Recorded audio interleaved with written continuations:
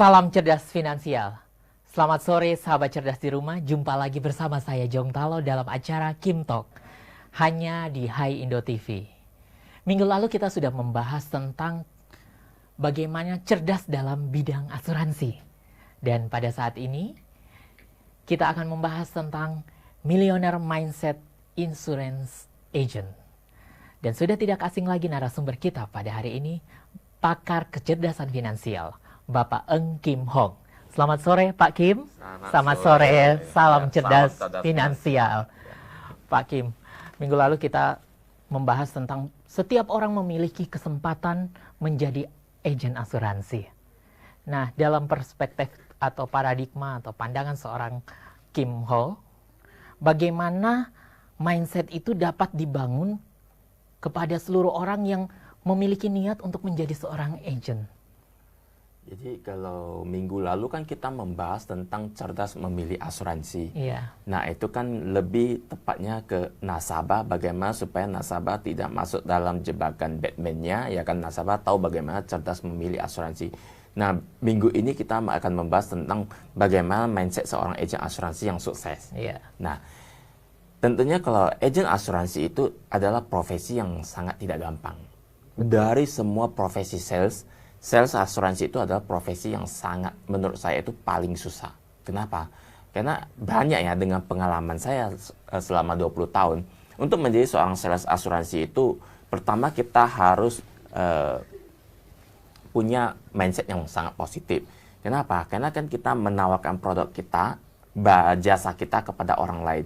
Yang mana selama ini di lapangan pada saat kita menawarkan barang, orang tidak percaya dengan produk kita.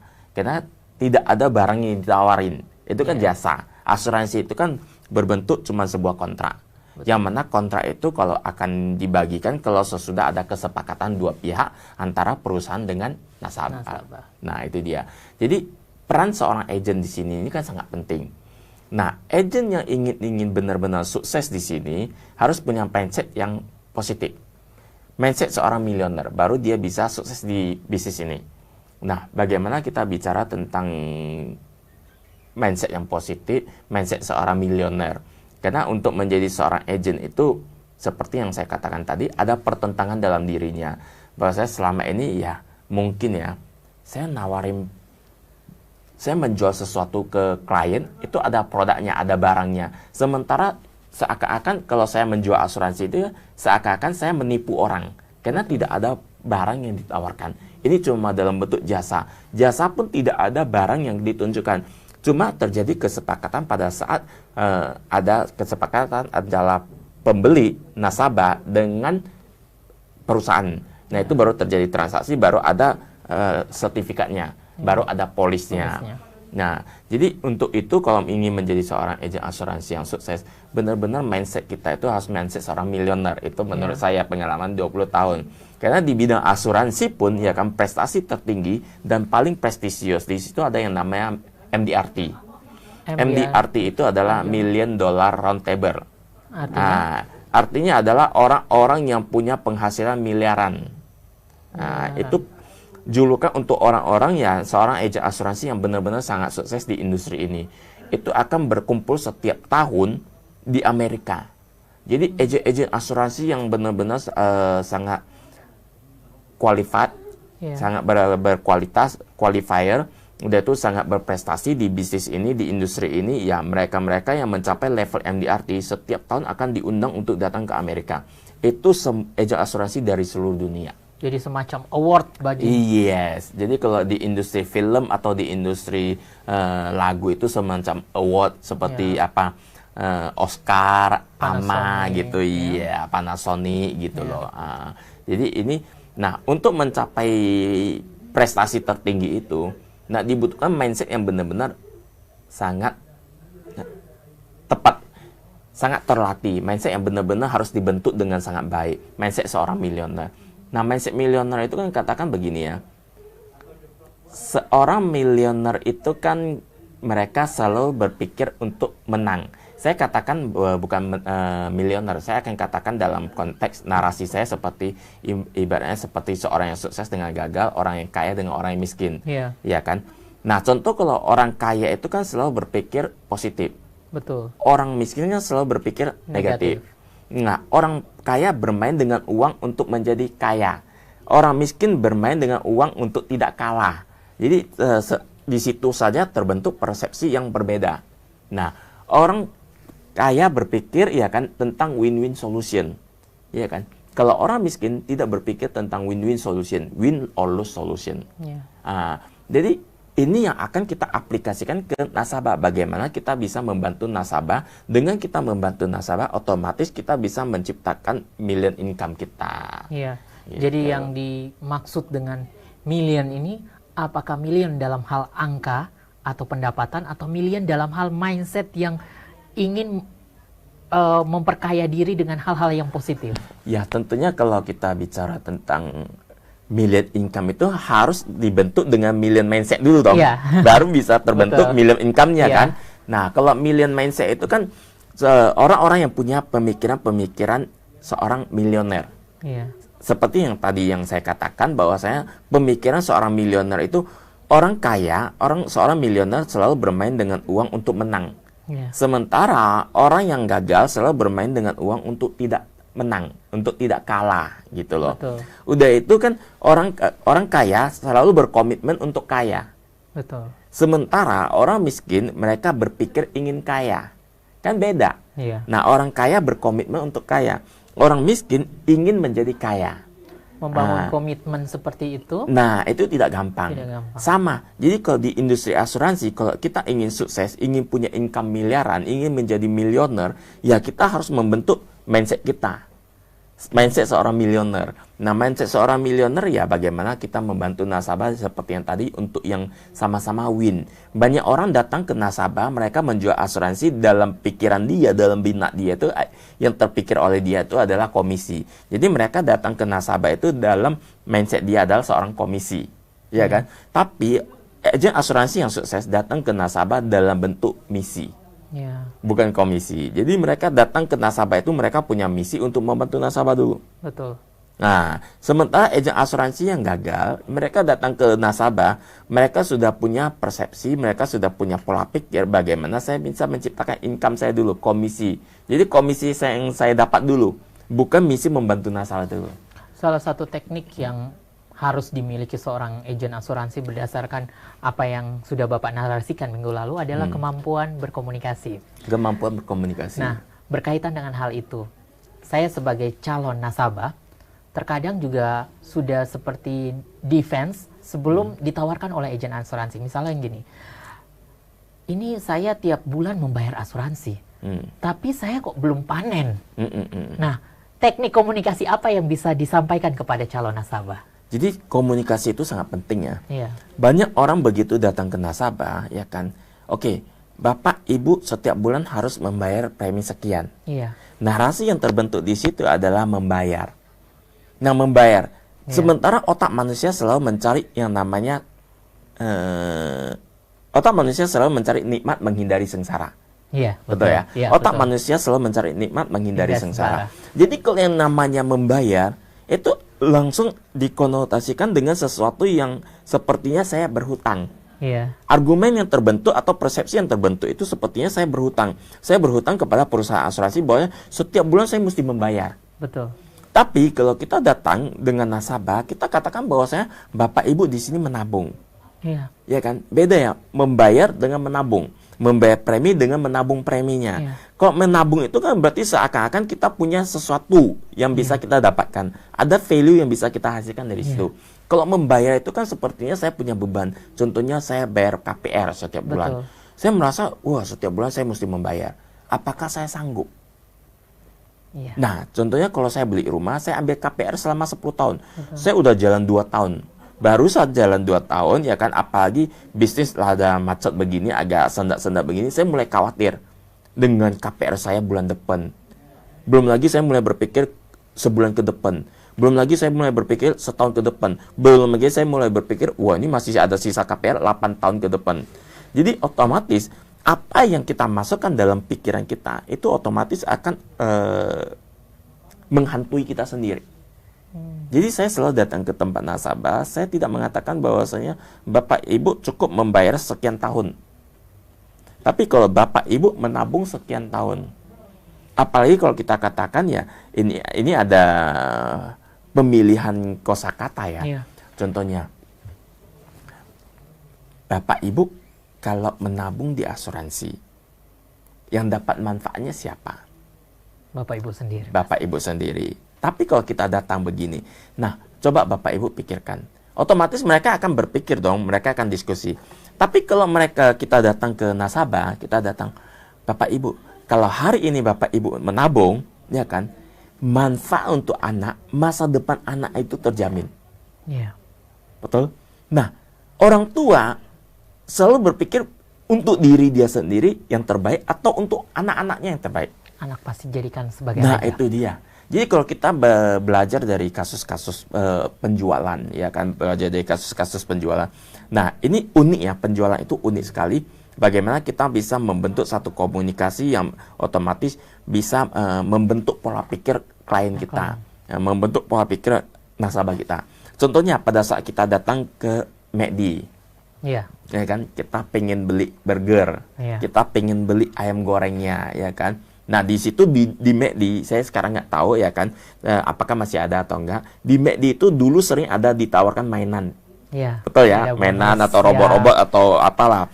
Ya. Jadi pada saat kita kita udah pesen, ya kan, McD-nya satu dong. Jadi anak saya es kon aja, es krim kon, ya kan. Nah, nanti si apanya itu kasirnya akan menawarkan robot atau mainan apapun yang ditawarkan itu ke orang tuanya atau ke anaknya? Anaknya. Jadi ini sebenarnya selling skill ini udah diedukasi. Nah, jadi ditawarin mainan itu bukan ke orang tuanya, bukan ke bapaknya atau ke ibunya, tapi malah ke anaknya. Padahal yang membayar itu kan orang tuanya. Betul. Tapi kenapa ditawarin ke anak? Melihat ketajaman pangsa pasar seperti itu tuh harus seperti apa, Pak Kim? Jadi sebenarnya industri asuransi itu adalah industri yang bernilai triliunan rupiah. Setiap tahun itu bernilai triliunan rupiah. Bahkan ya itu perusahaan yang profit ya. Perusahaan yang defisit itu seperti yang katakan BPJS sampai sekarang juga merugi. Nah itu juga ya kan meruginya sampai triliunan rupiah setiap tahun. Jadi sebenarnya orang kalau mau sukses, orang ingin kaya di industri asuransi itu peluang yang sangat bagus. Menjadi seorang agen asuransi, pada posisi penjual atau pengusaha? Dua-duanya. Jadi untuk menjadi seorang agen asuransi yang sukses, kita harus bisa menjual supaya kita tahu bagaimana menjadi seorang pengusaha. Sama seperti yang dikatakan oleh Robert Kiyosaki. Seorang pengusaha yang sukses, mereka tahu bagaimana menjual dulu. Oke. Jadi pondasi dia itu kuat, dibangun dari dasar. Dia tahu bagaimana dulu menjual, memarketingkan produknya. Sesudah itu dia akan berangkat naik ke posisi lebih selanjutnya adalah menjadi pengusaha. Jadi dia tahu bagaimana menjual produk dia dan bagaimana dia akan menjadi seorang level kuadran pengusaha. Jadi sebenarnya kalau kita bicara tentang bisnis asuransi, ini adalah bisnis tentang bagaimana kita mengetahui cara menjual, baru kita bisa menjadi seorang pebisnis asuransi. Oke. Tentunya menjadi seorang pebisnis dimulai dengan penjual yang sukses. Yes. Ya. Untuk menjadi seorang bos harus jadi karyawan dulu ya. Iya. Jadi supaya ya tahu dong bagaimana cara menjual. Nah, itu lika-liku penjualan itu sebenarnya itu penjualan itu kan adalah ujung tombak perusahaan. Jadi kalau seandainya penjualnya mandek, kan tahu ya apa penyebab daripada penjualan ini merosot. Betul. Nah, jadi seorang pengusaha yang sukses itu mereka udah tahu ya sebenarnya problem di lapangan itu seperti apa. Gitu. Apa yang harus dilakukan seorang agen asuransi agar sukses dalam menjual dan dalam berbisnis? Oke. Jadi di asuransi itu dikenal dalam dua hal. Ada yang namanya selling and recruiting. Selling or dying atau recruiting or dying. Jadi kalau Anda tidak bisa menjual, Anda akan mati di bisnis asuransi. Sama, kalau Anda tidak bisa merekrut, Anda juga akan mati. Jadi sebenarnya ini adalah dua hal yang berkaitan. Jadi kalau Anda ingin sukses di bisnis ini, Anda harus bisa selling. Sesudah Anda bisa selling, Anda bisa menjual, Anda punya prestasi, Anda adalah role model. Anda bisa merekrut, Anda bisa menggedekkan, ya kan membesarkan bisnis Anda. Sama, kalau merekrut itu kan ibaratnya kalau kita membuka satu bisnis dan kita franchise-kan bisnis kita. Betul. Itu kan network-nya. Nah, sama di sini juga ibaratnya kalau saya merekrut satu agent dan saya tentunya mau membimbing agent saya ini sampai sukses. Ya kan? Dengan prestasi-prestasi yang pernah saya ciptakan dulu, yang pernah saya torehkan, dan saya akan menduplikasikannya ke dia. Saya akan menduplikasikan prestasi saya ini ke dia. Nah, bagaimana supaya suatu saat pada saat dia ingin membangun bisnis ini, dia juga udah bisa siap. Dia sudah ready dengan prestasi-prestasinya, dengan kesuksesan dia. Dan dia bisa menduplikasikan lagi ke tim-tim dia. Jadi kalau sebetulnya, kalau merekrut itu kan lebih tepatnya seperti kalau saya punya bisnis, saya ingin membuka cabang, atau saya menjual franchise saya. Dari situ saya akan mendapatkan royalti gitu. Oh gitu. Dalam teknik penjualan, tentu ada istilah yang mengatakan bahwa the map is not the territory. Peta bukan wilayah yang sebenarnya. Dan tidak semua satu kesuksesan dalam saat penjualan bisa kita aplikasikan ke dalam nasabah atau calon nasabah yang lain. Bagaimana agar teknik-teknik tersebut bisa dipelajari, dan apa saja sih teknik penjualan? Teknik-teknik penjualan itu sebenarnya kalau menjual itu banyak orang, ya seperti di bisnis yang lain, ada tentunya agen asuransi yang sukses, ada tentunya agen asuransi yang gagal ya kan? Ada sama dengan bisnis-bisnis yang lain, ada juga pengusaha yang sukses, ada juga pengusaha yang gagal. Nah, tentunya hari ini motivasi kita ataupun katakan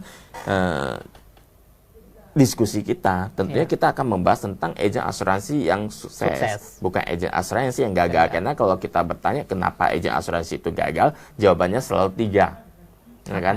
Ya, dia akan selalu blame, excuse, dan justify, ya kan? Dia akan menyalahkan leadernya kurang, membantu dia. Dia akan salahkan kayaknya perusahaan saya ini kurang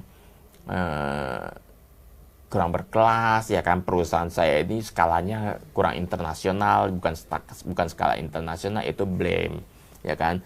Excuse-nya itu, ya itu dia akan beralasan, ya karena dia sendiri mungkin tidak sukses, dia akan beralasan kan, dia akan menciptakan alasan-alasan yang membenarkan kegagalan dia. Dan yang justify itu kan dia akan menghakimi bahwasanya saya seorang agen asuransi, saya tidak sukses karena sebenarnya ya, bagaimana mereka yang sukses itu umumnya mereka punya network, punya link dia itu orang kaya. Nah, mereka punya komunitas-komunitas yang bisa membantu. Jadi kalau dia mau jualan itu cukup gandeng bapaknya, cukup gandeng mamanya, ya kan, datang ke kerabat, ke family. Tapi yang menjual itu bukan dia, tapi ya mamanya, papanya yang bantu jualan, itu dia. Nah, itu kita membahas tentang agen asuransi yang gagal. Tapi kalau agen asuransi yang sukses, tentunya mereka juga sudah punya mindset yang positif. Didahului dengan mindset yang positif. Ya, jadi untuk menjadi seorang agen asuransi sukses itu tidak gampang. Karena apa? Pertama yang harus kita bangun itu sama ya. Di dalam menjual itu ada yang namanya hukum alam tentang penjualan. Hukum alam itu sama seperti dengan tabur tuai. Hari ini kita menanam, ya kan, mungkin 3 tahun lagi, 5 tahun lagi baru akan kita panen. Itu yang namanya building relation di industri asuransi. Di industri asuransi, yang tahap pertama yang harus kita lakukan adalah tentang membangun hubungan. Semua agen asuransi yang sukses, mereka datang dengan sikap untuk membangun hubungan dulu. Nah, jadi mereka datang bukan pertama kali langsung menjual. Mereka bagaimana datang untuk membangun hubungan, membina hubungan. Jadi untuk menjadi seorang sales asuransi yang sukses, mereka sudah tahu siklusnya. Pertama, mereka harus punya data nasabah. Pada saat mereka sudah punya data nasabah, mereka akan datang untuk prospek. Ya kan? Nah, pada saat mereka sebelum prospek, mereka akan building relation, akan membangun hubungan dulu. Nah, sesudah mereka membangun hubungan, mereka baru akan jualan. Nah, pada saat mereka jualan, mereka akan follow up. Nah, pada saat mereka follow up, nah di situ menjual dengan follow up yang tadi itu kan sudah terbentuk relation tadi, hubungan yang tadi. Nah, pada saat kan mereka menjual, nah mereka akan follow up. Pada saat mereka follow up, mereka akan closing. Karena penjual yang hebat, seorang sales yang hebat, itu mereka selalu mendapatkan penolakan lebih kurang di atas 5 kali. Baru mereka akan melakukan closingan. Nah, jadi seorang sales apapun, sales asuransi, sales sepatu atau sales apapun yang namanya penjualan itu selalu akan terjadi closingan pada saat penolakan di atas 5 kali. Di atas 5 kali. Di atas 5 kali. Batas minimalnya. Iya, jadi rata-rata orang, ya, seorang sales yang gagal itu mereka begitu menerima penolakan sekali, mereka sudah mundur. Mereka merasa minder, mereka merasa bahwasanya ini bukan bidang saya, mereka merasa bahwasanya ini bukan profesi saya. Nah, mereka merasa bahwasanya lebih baik saya cari pekerjaan yang lain, gitu loh. Nah, pada saat tadi terjadi closing, nah yang harus kita lakukan adalah after sales service. Nah, gitu. Jadi siklusnya ada gitu. Jadi seorang agen asuransi yang sukses itu mereka tahu bahwasanya mereka datang untuk membina hubungan. Sesudah membina hubungan, mereka akan menjual. Di dalam menjual itu mereka akan tahu bahwasanya kebutuhan nasabah itu apa, bukan kebutuhan dia. Karena kebutuhan seorang agen itu tentunya komisi. Iya. Ya kan? Nah, kebutuhan nasabah itu apa dulu? Nah, dan dia akan fokus di bisnis dia. Jadi yang perlu digarisbawahi adalah pahami kebutuhan nasabah Anda. Pahami kebutuhan nasabah Anda. Pahami kebutuhan agent. Iya. Ya. Nah, dalam proses sirkus yang cukup panjang yang tadi Bapak sampaikan ketika dia sudah datang, dia membangun networking dan pada endingnya adalah closing, itu perlu yang namanya konsistensi. Bagaimana membangun konsistensi agar saya sebagai seorang agent akan terus berjuang bagaimana calon nasabah ini bisa sampai pada tahap yang namanya closing. Iya. Gimana itu caranya, Pak Kiai? Jadi kalau sampai ke tahap closing itu tentunya ada prosesnya ya. Iya. Nah, prosesnya itu kan pada saat itu orang kadang tidak sabaran. Iya. Semua orang datang ya kan ke tempat nasabah inginnya cepat-cepat closing. Betul. Iya kan? Inginnya cepat-cepat pada saat udah closing mereka akan terima komisi lagi. Iya kan? Nah, sebenarnya itu kan ada prosesnya. Jangan sampai kita datang ke tempat nasabah seperti yang tadi. Nah, di dalam blueprint kita ini sudah terbentuk bahwa saya udah kebaca nasabah, nggak lu datang ke tempat gua cuma pengen cari komisi, bukan punya misi untuk membantu saya. Iya. Gitu loh. Nah, jadi sebenarnya kenapa agen asuransi yang tadi mereka tidak punya konsistensi? Karena sebenarnya yang pada saat mereka datang ke tempat klien ataupun pada saat mereka datang ke tempat nasabah, itu seakan-akan mereka terlalu memaksa nasabah. Iya. Bisa kebaca. Nah, dari body language-nya itu bisa kebaca bahwasanya ya kenapa saya harus membeli dari kamu? Apa keunggulan produk? Apa keunggulan produk kamu? Dan sebenarnya apa keunggulan kamu? Iya. Apa keunggulan produk kamu dan sebenarnya apa keunggulan kamu dibanding hari ini di Indonesia itu ada lebih kurang perusahaan asuransi, 50 perusahaan asuransi. Iya, betul. Nah, di dalam 50 perusahaan asuransi itu banyak agen. Ya, ribuan bahkan sampai ratusan ribu agen. Setiap hari boleh dikatakan bahwasanya setiap nasabah itu mendapatkan kunjungan agen asuransi, ada yang dari perusahaan asuransi yang sama, ada yang dari perusahaan asuransi yang tidak sama. Beda, ya? Kompetitor kita. Iya. Nah, kenapa si agen itu harus membeli dari kita? Ya kan? Apa kelebihan produk kita? Apa kelebihan company kita? Dan yang terpenting adalah apa kelebihan kita? Iya ya. Jadi produk kita apa, diri kita apa, yang bisa kita yakinkan kepada calon nasabah. Nah, itu dia. Jadi memang teknik komunikasi skill dan yang paling penting itu adalah mindset itu ya. Iya, mindset. Karena kalau kita, ini ada sebuah kisah kan begini. Dulu di Cina itu ada sebuah katakan perlombaan, perlombaan untuk menebang pohon, betul, ya kan? Nah, jadi di waktu itu Kaisar melakukan satu perlombaan, siapa yang bisa menebang pohon lebih cepat dan lebih banyak, ya kan? Nah, pada saat itu majulah seorang penebang tukang kayu. Nah, dia sehari itu bisa menebang sampai 15 pohon. Sehari dia bisa menebang 15 pohon. Udah itu minggu kedua dia bisa menebang tinggal 12 pohon. Makin menurun. Iya, makin menurun. Nah, minggu ketiga dia menebang cuma sisa 8 pohon. Minggu keempat dia menebang sisa 4 pohon. Lama-lama ya dia frustasi sendiri. Lama-lama dia merasa bahwasanya apakah tenaga saya itu mulai berkurang. Iya. Ya kan? Nah, terakhir dia datanglah ke orang bijaknya, dia bertanya ke orang bijaknya. Ya. Saya tidak merasa bahwasanya tenaga saya makin berkurang. Oke Pak Kim, kita akan semakin bijak pada sesi berikutnya. Tetap bersama kami di Kim Talk. Kami kembali sesaat lagi. Kim, kembali lagi kepada cerita bagaimana menebang pohon yang semakin menurun. Oke. Jadi pada saat itu ya minggu pertama dia bisa menghasilkan 15 batang pohon setiap hari. Nah, minggu kedua itu makin menurun. Setiap hari dia cuma bisa menebang 12 pohon. Nah, memasuki minggu ketiga, setiap hari dia cuma sanggup menebang 8 batang pohon sehari. Nah, memasuki minggu keempat, itu semakin menurun omsetnya. Ya, di dalam penjualan kita kan angka evaluasi kenapa omset kita semakin menurun. Ya kan, setiap bulan itu kenapa omset kita menurun. Pasti ada something-nya, pasti ada sesuatunya. Nah, di minggu keempat dia ini, si penebang kayu ini, dia cuma bisa menghasilkan 4 batang pohon setiap harinya. Pada saat itu dia merasa frustasi. Dia merasa bahwasanya saya masih kuat kok. Ya kan? Saya masih tegar kok. Saya masih sehat, tapi kenapa omset saya menurun gitu loh. Nah, dia datang kepada orang bijak dan dia bertanya, kenapa omset saya bisa menurun? Kenapa kayu yang saya tebang itu setiap hari makin menurun? Nah, si orang pintar ini berkata, dia bertanya kepada si penebang kayu, kalau saya boleh tahu, kapan terakhir kali kamu mulai mengasah kapak kamu?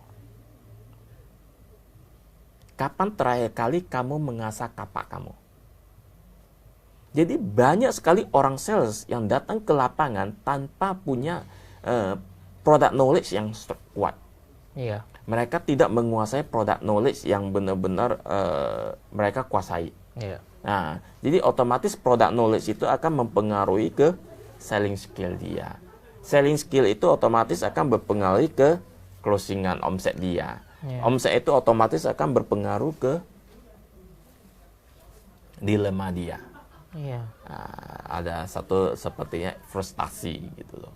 Jadi tidak harus merasa cepat puas atas prestasi yang sudah ditoreh. Nah, jadi sebenarnya kalau seorang agen asuransi, kalau mau sukses, mereka harus tahu yang pertama yang harus mereka kuasai itu adalah product knowledge-nya dulu. Jadi tipsnya pertama, product knowledge. Nah, jadi pada saat kita menguasai product knowledge, di lapangan itu kita tahu apa kelebihan produk kita dibanding kompetitor kita. Karena sebenarnya produk itu kan ada plus minusnya. Betul. Nah, pada saat kita udah tahu produk kita, di lapangan itu bagaimana kita, pada saat kita menjumpai nasabah, selling skill itu kita udah terbentuk. Nah, selling skill itu seperti dari produk, yang kedua dari cara komunikasi, yang ketiga dari cara negosiasi. Walaupun produknya sama. Walaupun produknya sama. Dengan Tapi produknya cara sama, seperti yang dikatakan oleh Mahatma Gandhi. Ya. Mahatma Gandhi pernah mengatakan bahwasanya bukan apa yang kamu jual. Ya, bukan apa yang kamu jual, tapi bagaimana cara kamu menjualnya. Nah, jadi pada saat Anda membawa sebuah produk, Anda datang ke klien itu tidak akan tertarik dengan apa yang kamu jual. Tapi bagaimana cara kamu menjualnya. Nah, sama ya, kan banyak ya kompetitor di luar sana. Kalau kita datang dengan satu klien, Pak saya dari perusahaan asuransi A. Ada yang datang, Pak saya dari perusahaan asuransi B. Pak saya datang dari perusahaan asuransi C. Semua orang menawarkan produk. Jadi produk itu kan sebenarnya plus minus. Tapi sebenarnya bukan bagaimana cara Anda menjualnya. Tapi bukan bagaimana Anda menjualnya, tapi bagaimana cara Anda menjualnya. Betul. Itu dia, itu yang paling penting. Yang pertama, kenali product knowledge. Yang kedua, selling skill-nya. Nah, dari selling skill itu kan ada yang namanya communication skill, ada yang namanya negotiation skill, gitu. Marketing skill. Itu dia. Idealnya itu keterampilan yang itu harus terus diasah ya. Jadi bukan seperti yang dikatakan oleh Mahatma Gandhi, bukan produk yang Anda jual, tapi bagaimana cara Anda menjualnya. Jadi sebenarnya kenapa klien itu mau membeli dari Anda dari sekian banyak kompetitor? Betul. Apa yang membuat si klien ini ingin beli dari Anda? Apa kelebihan Anda? Apa kelebihan produk Anda dan apa kelebihan perusahaan Anda? Itu dia. Ya, terkadang juga kita merasa pada suatu sisi kita merasa titik jenuh. Ya. Titik jenuh bahwa saya sudah mencoba dengan berbagai cara, tetapi saya gagal. Bagaimana kegagalan itu bisa menjadi motivasi bagi seorang agen asuransi ketika ia gagal? Nah, pada saat dia gagal itu kan sebenarnya kalau kita katakan bahwasanya hidup adalah keseimbangan. Iya. Ya, di filosofi Cina kuno dulu juga ada yang namanya yin yang, ya kan. Pada saat kita gagal, kita harus mencari keseimbangan. Contohnya, kita harus mencari teman-teman yang sukses. Kita bergaul dengan mereka, kita ikutlah seminar-seminar tentang motivasi. Iya. Tapi kalau seminar-seminar tentang motivasi kebanyakan kita ikutin, lama-lama jadi Bosan. demotivasi. Iya, Betul kan? demotivasi. Sama pada saat kalau kita sakit, kita katakan sakit kepala. Kita makan obat setengah butir, ya kan? Kapsul, ya. Nah, udah itu kita tidak merasa bahwasanya sakit kepala kita itu hilang. Besoknya kita makan satu, Iya. selama seminggu. Lama-lama yang satu biji itu udah nggak mempan lagi. Imunitasnya jadi imunitasnya otomatis jadi meninggi kan. Ya. Nah, udah itu mungkin minggu-minggu berikutnya kita akan telan dua butir lagi itu obatnya, ya kan. Jadi, nah sebenarnya kalau untuk menghadapi masalah seperti ini dibutuhkan motivasi terpenting itu adalah motivasi dari dalam diri dan inspirasi dari orang lain. Harus ada kombinasi yang kuat. Jadi motivasi dari dalam diri dan inspirasi dari orang lain. Itu ya. Jadi ada proses internal dan juga ada proses eksternal. Ya. Ada motivasi dalam diri dan ada inspirasi dari luar. Gitu. Iya, jadi memang kombinasi keduanya itu yang bisa. Ya, itu yang namanya keseimbangan. Sama seperti yang dikatakan tadi bahwasanya kalau kita tidak seimbang, kita terlalu banyak motivasi, tapi kita tidak action. Pada saat kita udah gagal sekali, kita merasa bahwasanya ilfil ya. Kita merasa bahwasanya ya kita menciptakan lagu-lagu itu dalam pola pikir kita sendiri. Kita menciptakan lagu-lagu itu di dalam pikiran kita sendiri. Kita memutar terus-terusan lagu-lagu itu dalam pikiran kita. Jadi otomatis lama-lama kita merasa bahwasanya kayaknya saya tidak pantas di bisnis ini. Sepertinya saya orang yang tidak berguna. Sepertinya saya sudah mengecewakan leader saya. Jadi lagu-lagu yang negatif itu yang selalu diciptakan dan diputar terus di dalam pola pikir dia. Nah, jadi kalau seandainya kalau seorang agen asuransi kalau mau sukses, dia harus tahu apa yang namanya keseimbangan. Jangan terlalu banyak motivasi. Karena kebanyakan motivasi tanpa dia action, otomatis lama-lama dia akan demotivasi. Nah, seperti yang saya katakan tadi bahwasanya harus ada motivasi dalam diri, di dalam diri, dan harus ada inspirasi di luar diri. Iya, betul. Jadi kita melihat bahwasanya kenapa si A itu dia bisa sukses, bahkan sangat sukses di industri ini. Bahkan income-nya ratusan juta sampai miliaran sebulan. Bahkan dia bisa menyekolahkan anaknya ke luar negeri, dia bisa membawa orang tuanya ke luar negeri jalan-jalan, bisa mengumrohkan orang tuanya. Jadi punya satu kebanggaan tersendiri gitu loh. Jadi ciptakanlah sebenarnya kebanggaan Anda sendiri, prestasi-prestasi Anda sendiri. Ya, prestasi itu ya seperti yang tadi bahwasanya harus ada motivasi dalam diri dan harus ada inspirasi dari luar diri. Pada saat ketika kita sudah mendapat atau sudah closing satu nasabah, tentu kan ya itu adalah rasa kepuasan tersendiri bagi seorang agen asuransi. Berkaitan dengan topik kita menjadi seorang miliarder, bagaimana kita biar tidak merasa puas dengan hanya satu nasabah saja.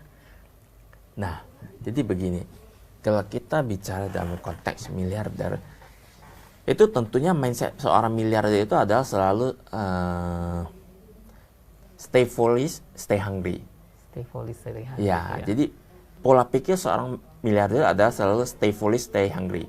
Nah, jadi kalau dia sudah merasa nyaman, dia sudah merasa puas, berarti dia belum masuk ke tahap seorang miliarder. Nah, seorang pebisnis asuransi yang sukses, mereka secara konsisten setiap tahun akan menciptakan prestasi-prestasi dia, bahkan merasa tertantang untuk mengalahkan prestasi dia yang di tahun sebelumnya. Nah, jadi seorang pebisnis asuransi, seorang sales asuransi yang sukses, mereka selalu akan menciptakan prestasi-prestasi dia secara konsisten. Nah, setiap tahun ya kan prestasi dia secara konsisten akan dia ciptakan di situ, atau kalau tidak dia akan mengalahkan prestasi dia yang di tahun sebelumnya. Jadi pertumbuhannya terus. Nah, tetap bertumbuh dan dia bisa menciptakan satu kesuksesan buat dirinya dan bahkan buat orang lain. Orang lain itu termasuk agent yang direkrutnya. Jadi dia bisa menduplikasikan, dia bisa menciptakan bahwasanya bisa membuktikan bahwasanya ini loh, bisnis ini bisa dijalankan. Bisnis ini selain menghasilkan uang yang banyak, ya kan, juga bisnis ini bisa memberikan satu kepuasan tersendiri. Contohnya bisa membantu orang lain pada saat orang lain susah. Ya, contohnya ya kan, bisnis ini bisa memberikan kepuasan tersendiri. Contohnya pada saat kalau kita hit the target, pada saat kita achieve targetnya, ya kan, kita dapat prestasinya jalan-jalan bersama keluarga. Gitu loh. Jadi kesuksesan kita harus kita torehkan kepada tim yang ada di bawah kita. Iya. Jadi tidak bisa itu menjadi ego dari seorang leader asuransi sendiri. Tentunya kan begini ya. Kalau kita sendiri tidak sukses, bagaimana kita menduplikasikan ilmu kita ke orang lain? Iya. Betul ya? Ya sama. Nah, pada saat kalau kita berbicara dalam konteks pola pikir seorang miliarder tentunya akan membuktikan bahwasanya dia itu memang seorang miliarder. Dia itu sudah sukses, bisa menghasilkan income miliaran selama setahun. Ya kan, selama sebulan, selama setahun.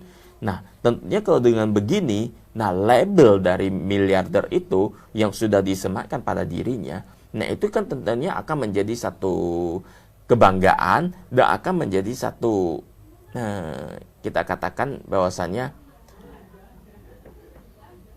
contekan lah buat orang lain. Betul ya. Jadi ada pepatah yang mengatakan amati, tiru modifikasi. Iya, jadi setelah kita berjuang dengan berbagai cara ya yang tadi Pak Kim sampaikan itu, kita tiru dan kita modifikasi sedikit dan kita tularkan yang paling penting ya.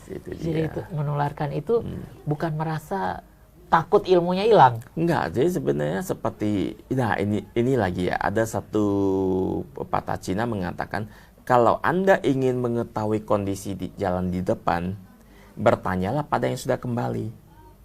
Jadi kalau Anda ingin sukses, bertanyalah pada orang yang sudah sukses. Gitu loh. Jangan pada saat seperti kita katakan yang kejadian tabrakan maut yang kemarin, ya kan, yang di tol Cipali. Ya kan, yang saya dengar di radio itu bahwa macetnya itu sampai 10 km. Betul. Nah, kalau begitu udah tahu macet 10 km, Anda masih masuk lagi ke jalur itu. Kan kejebak macet. Iya. Ya kan? Betul. Padahal orang sudah mau menghindari macetnya loh. Nggak tanggung-tanggung 10 km macetnya. Iya. Ya kan? Kalau sudah begitu, ya kan Anda setel radio, Anda dengar ada kemacetan di tol Cipali karena ada kecelakaan maut. Iya. Kalau begitu Anda masih mencari lagi jalan di situ, Anda masih mengikuti jalan di situ, ya berarti kan kita bego ya. Ya, oke, ya kan? Harusnya kan kita mencari alternatif yang lain. Iya. Betul kan? Nah, jadi kalau sama ya, pada saat orang sudah mengatakan bahwasanya jangan jalan ke situ karena di situ itu ya kan ada lubangnya, ada jurangnya, ada harimaunya, ya ada semak-semak yang tajam, ada duri-durinya. Anda masih masuk lagi ke situ. Oke, kita akan kreatif untuk mencari cara yang terbaik. Kim, tadi cerita terakhir kita bicara tentang kemacetan di tol Cipali karena kecelakaan yang mengakibatkan panjangnya antrian kendaraan 10 km. Apa solusinya dalam konteks menjadi seorang miliarder di bidang asuransi? Jadi sebenarnya kalau kita ingin sukses di bisnis apapun, cukup kita amati, tiru, modifikasi. Nah, tapi yang terjadi adalah kenapa seorang sales itu bisa gagal di bisnis asuransi ataupun di bisnis yang lain. Karena sebenarnya ada satu penelitian mengatakan bahwasanya orang-orang yang gagal adalah orang-orang yang selalu ngeyel. Egonya itu tidak bisa mereka bendung. Egonya itu lebih besar daripada mindsetnya. Egois dia itu mengalahkan mindsetnya dia. Ya, itu dia. Tentunya kesuksesan sebagai seorang agent perlu ditularkan. Siapa yang pertama harus mendapat kesuksesan akan kerajaan bisnis asuransi itu? Orang-orang yang percaya bahwasanya bisnis ini benar-benar bisa membawa satu kebahagiaan, membawa satu kemakmuran buat dirinya dan buat keluarganya. Keluarga. Bagaimana menularkan kesuksesan itu kepada keluarga, yang penting anak? Karena tadi Bapak narasikan bahwa jadikan anak Anda sebagai raja dalam hidup Anda. Nah, di bisnis asuransi itu kan sebenarnya bisnis yang sangat luar biasa. Kenapa saya katakan bahwa bisnis ini adalah bisnis yang luar biasa? Karena sebenarnya bisnis ini adalah bisnis yang bisa diwariskan. Iya. Nah, contohnya hari ini kalau kita punya income 500 juta sebulan dari bisnis asuransi. Iya. Nah, pada saat yang namanya kalau kita bicara asuransi, berarti kita bicara tentang resiko hidup. Betul. Resiko hidup itu kan tidak selamanya tentang nasabah saja. Bisa juga tentang diri kita sebagai seorang pekerja, karyawan, sales asuransi, sebagai seorang pengusaha di industri asuransi. Nah, seandainya terjadi resiko dengan diri kita, apa yang terjadi dengan keluarga kita? Iya. Nah, tapi di bisnis asuransi, bisnis ini bisa diwariskan. Jadi otomatis income kita yang sudah kita, kerajaan bisnis yang sudah kita bangun selama bertahun-tahun, income kita yang sudah kita bangun sampai bisa menjadi 500 juta sebulan, katakan begitu, ya kan?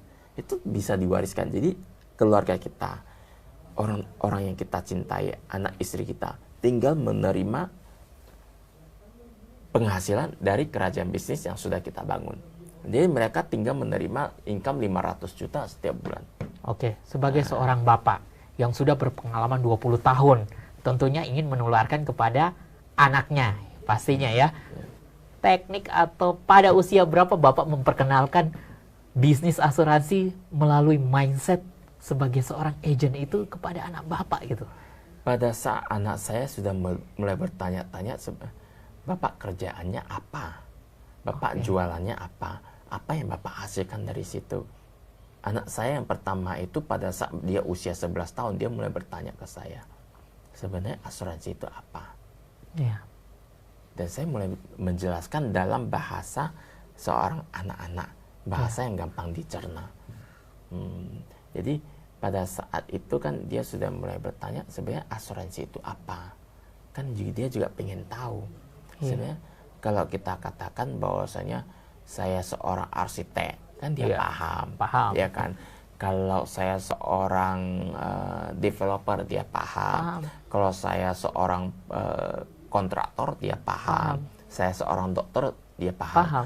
Tapi kalau saya sebagai seorang pebisnis asuransi, itu kan tidak ada produknya. Jadi untuk supaya jangan sampai membangun narasi yang akan diterima oleh anak saya, ya kan, supaya dia tidak dalam hal ini, dalam konteks ini salah persepsi, ya saya harus menceritakan dalam bahasa dia, bahasa anak-anak gitu, bahwasanya bisnis Bapak adalah bisnis membantu orang. Bisnis membantu orang. Iya, bisnis yang mulia gitu loh. Jadi sebenarnya bisnis membantu orang itu seperti apa? Nah, itu makanya kita ceritakan gitu loh. Itulah bisnis asuransi. Jadi dibahasakan dengan bahasa yang sangat ringan dan bahasa yang dapat diterima oleh anak kita. Gitu. Dan itu tentunya itu terus berproses Pak Kim ya. Iya, terus berproses. Jadi rasa yang namanya anak itu, rasa kalau bahasa kerennya curiosity, rasa ingin tahunya itu semakin tinggi. Maka dia akan mencari dan terus mencari apa arti yang... Karena kalau kita katakan, kalau kita ingin membantu orang saja, tapi secara teoritis, ya kan, teorinya kita ingin membantu orang. Pada saat orang lagi susah, kita ingin membantu orang. Itu secara teori. Kenyataannya, apakah kita membantu orang? Jadi untuk menjadi seorang agen asuransi yang sukses, nah kita harus bisa membangun narasi, kita harus bisa membangun mindset yang benar pada agen kita. Nah, mindset yang benar adalah contohnya seperti yang dikatakan tadi, bagaimana kita bisa membantu orang lain, ya kan, pada saat orang lain itu butuh bantuan kita. Bagaimana kita bisa membantu orang lain pada saat orang lain itu kesusahan. Jadi bisnis kita itu adalah bisnis yang mulia. Oke, jadi bisnis asuransi adalah bisnis yang mulia. Bagaimana kita membantu orang lain pada saat orang lain punya problem tentang keuangan. Ya, jadi selama ini kalau orang punya problem tentang keuangan, dia datanglah ke family, dia datanglah ke teman, dia datanglah ke siapa saja, ya kan, dia minta bantuan secara finansial. Betul. Tapi apakah dia dibantu? Tidak kan? Belum tentu. Sama. Jadi pada saat saya punya klien, saya akan bertanya, sebenarnya teman kamu yang paling baik itu adalah siapa? Apakah teman kamu yang setiap hari yang gowesan sama kamu? Ya. Apakah teman kamu yang setiap hari main soccer sama kamu? Ya. Apakah teman kamu yang setiap hari karaoke bareng kamu? Makan siang, makan malam bareng kamu? Apakah itu adalah teman baik kamu? Dan pada saat Anda butuh dana, apakah dia akan membantu kamu? Ya kan? Betul. Nah, saya bukan teman yang setiap saat 24 jam ada di posisi kamu. Bisa menemani kamu setiap saat. Tapi pada saat Anda benar-benar susah, saya akan ada untuk membantu kamu. Posisi seorang agen asuransi. Iya, itulah posisi seorang agen asuransi yang sukses. Yang sukses. Gitu loh. Iya. Jadi untuk menjadi seorang agen asuransi yang sukses itu sebenarnya itu sesuatu yang gampang-gampang susah atau susah-susah gampang. Iya, karena agen asuransi adalah pekerjaan yang mulia. Iya, menarik Pak Kim.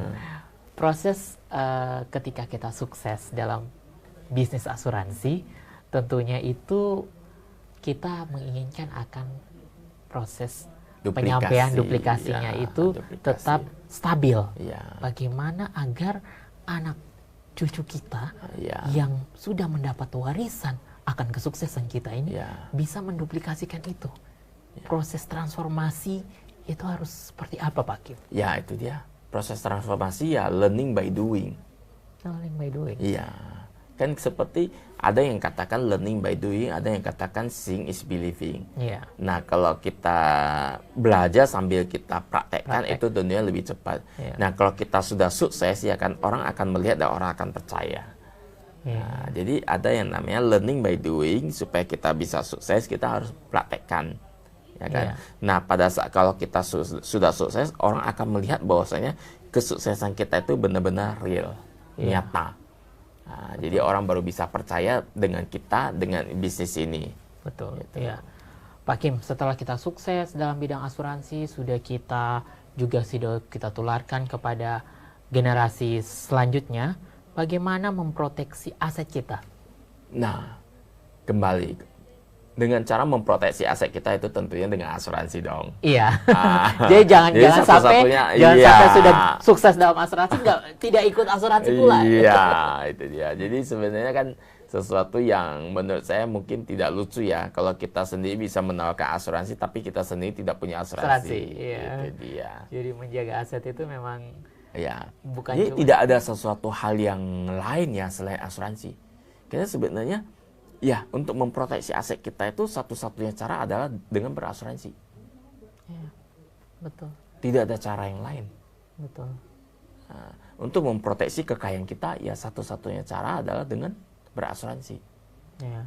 Nah, karena sebenarnya orang kelas menengah, tujuan dari mereka berasuransi adalah untuk memproteksi kekayaan mereka, untuk memproteksi aset mereka.